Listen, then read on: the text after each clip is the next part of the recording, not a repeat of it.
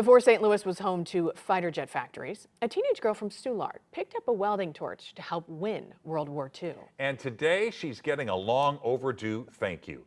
5 on your sides. Mark Maxwell reports from the BFW Hall in Collinsville.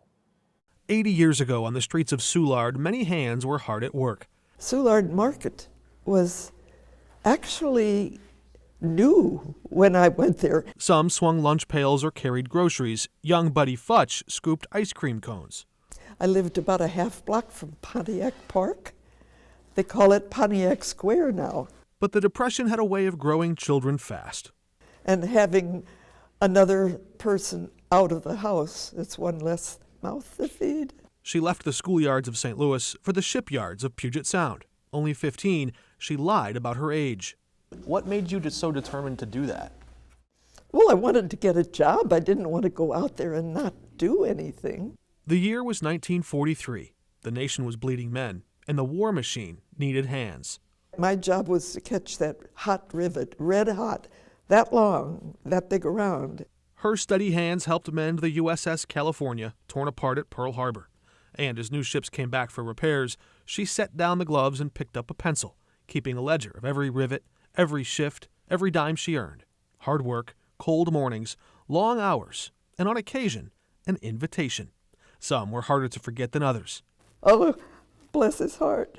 That's Bruce. A young sailor, Bruce Campbell, caught her eye on the dance floor. And I couldn't get rid of his picture. It was just, he was too beautiful a young man. Weeks later, a letter arrived from the South Pacific, the kind you'd read twice and never forget.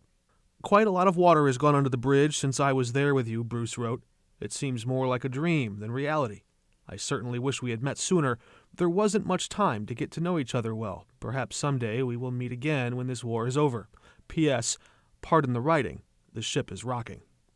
Bruce never made it home. The USS Monaghan sank in the Pacific. How did you process that kind of news at such a young age? Oh, I knew to be aware of it, but I tried not to dwell on it because it was constant. You know, we were always looking for news. A year later, new headlines, this time joy instead of loss. But do you know what? I got fired on VJ Day. Her work there was no longer needed, but her role, iconic. Remembered in history books as Rosie the Riveter. Did it feel that way then? No, that came a lot later.